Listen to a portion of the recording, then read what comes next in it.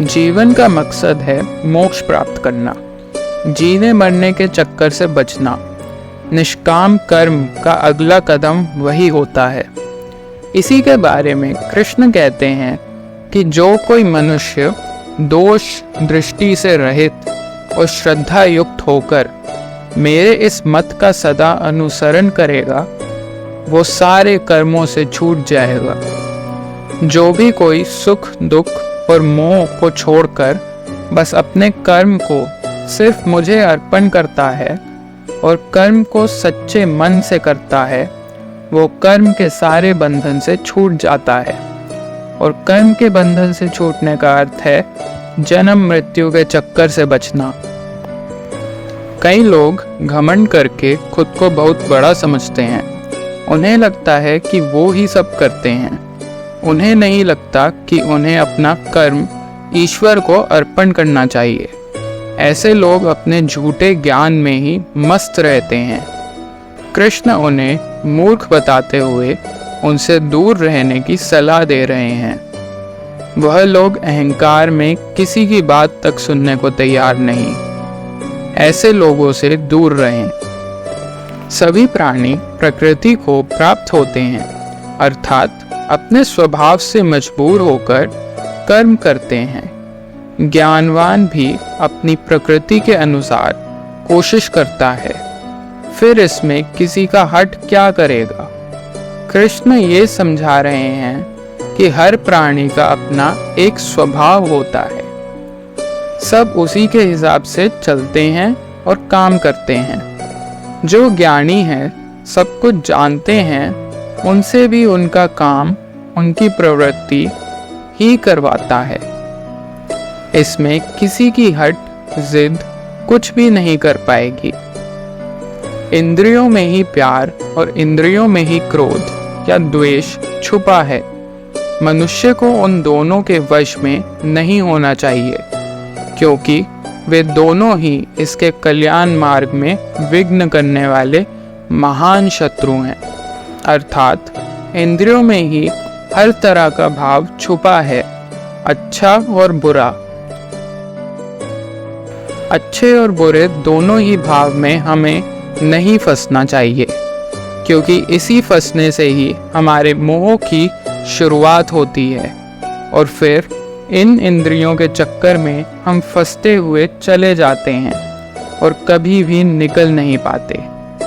काम, क्रोध और मोह को हमें अपना शत्रु मानना चाहिए। कृष्ण कहते हैं, अच्छी प्रकार आचरण में लाए हुए दूसरों के धर्म से गुण रहित भी अपना धर्म अति उत्तम है।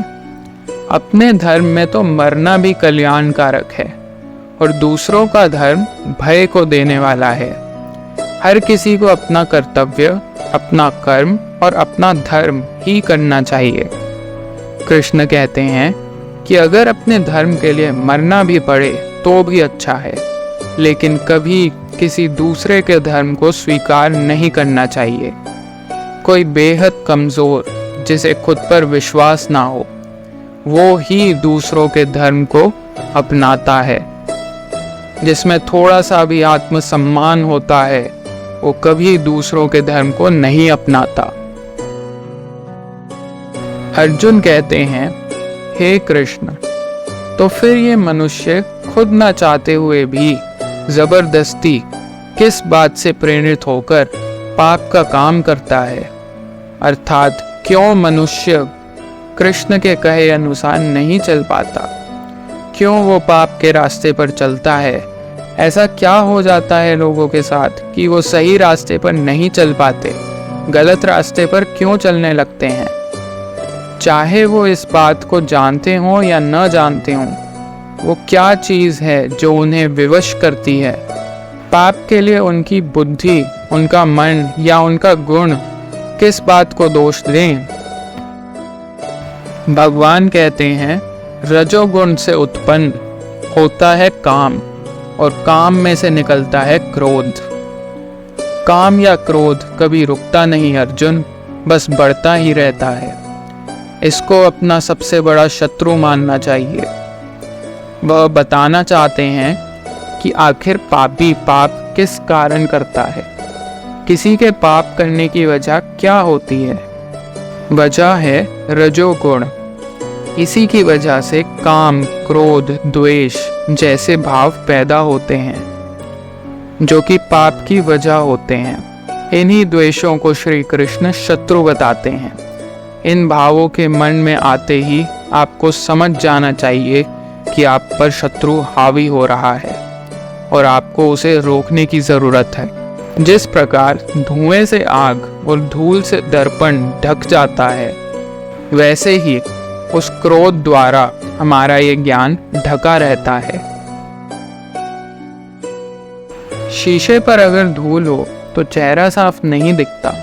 उसी तरह से जब ये काम, क्रोध जैसे विकार हमारे अंदर मौजूद ज्ञान को छुपा देते हैं। सब कुछ हमारे अंदर है, बाहर कुछ भी नहीं। ये सब कमियां हमारे अंदर रहकर असली ज्ञान को छुपाकर एक तरह से हमें विवश कर देती हैं और हमें पाप करने के लिए उत्साहित करती हैं। इसलिए श्री कृष्ण इन्हें शत्रु बताते हैं। हे अर्जुन, ये ऐसी आग है जो कभी बुझती ही नहीं। इस आग का मतलब है काम, और इसी से मनुष्य का ज्ञान ढका हुआ है। भोगों से कभी कोई तृप्त नहीं हुआ। पैसा अगर कमाया है तो और कमाना है, खाना अगर खाया है तो और खाना है। भोगों का कोई अंत नहीं, बल्कि ये भोग मनुष्य का अंत करके ही मानते हैं। जैसे आग को अगर ईंधन मिलता रहे तो वह कभी बुझती नहीं। इन भोगों को जब आप बढ़ाते हैं तो आप जलती हुई अग्नि में ईंधन ही डाल रहे हैं।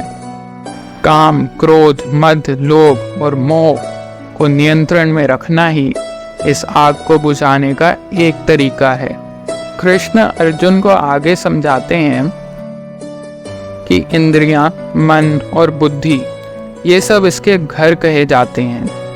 ये काम इन मन, बुद्धि और इंद्रियों द्वारा ही ज्ञान को ढक करके जीवात्मा को मोहित करता है।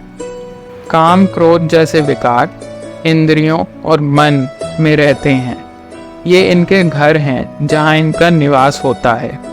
घर में रहकर ये कमियां घर के मालिक को मोहित कर उसे ही खत्म करने की कोशिश करती हैं। कुछ अच्छा देख मन में लालच आता है। काम पूरा ना होने पर क्रोध आता है। इसी तरह से ये कमियां हमारे दिल, दिमाग पर कब्जा करना शुरू करती हैं और हम हमेशा इनके वश में रहते हैं। हे अर्जुन, तू पहले इंद्रियों को संयमित कर। इस ज्ञान और विज्ञान का नाश करने वाले महान पापी काम को कुछ भी करके बलपूर्वक मार दे। कृष्ण अर्जुन को सलाह देते हैं कि इससे पहले ये काम, क्रोध जैसे शत्रु तुझ पर कब्जा कर ले, तू अपनी इंद्रियों को वश में करके अपने काम एवं क्रोध को मार दे। यह काम और क्रोध ही हैं जो हमारे अंदर मौजूद ज्ञान को खत्म कर उसमें शंका भरते हैं, हमें हमारे रास्ते से भटकाते हैं। इंद्रियों को स्थूल शरीर से बेहतर और बलवान कहते हैं। इन इंद्रियों से बेहतर मन है, मन से भी बेहतर बुद्धि है, और जो बुद्धि से भी बड़ा है वो आत्मा है। कृष्ण कहते हैं हमारे शरीर से श्रेष्ठ हमारी इंद्रियां हैं। किसी भी शरीर को उसकी इंद्रियां पल भर में वश कर लेती हैं, लेकिन इंद्रियों से बड़ा मन है। आप अपने मन से इंद्रियों को कंट्रोल कर सकते हैं और मन से बड़ी बुद्धि है।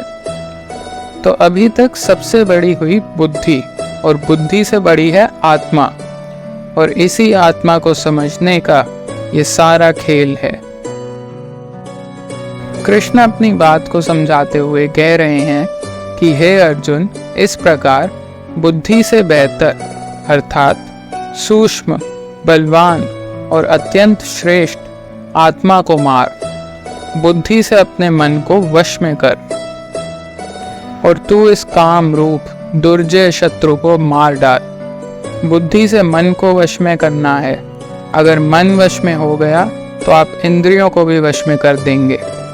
जब मन और इंद्रियां आपके वश में हैं तो फिर उसका अगला कदम होगा आत्मा के पास पहुंचना। आत्मा परमात्मा का ही एक रूप है और आपकी बुद्धि आपको आपकी आत्मा के करीब पहुंचा सकती है।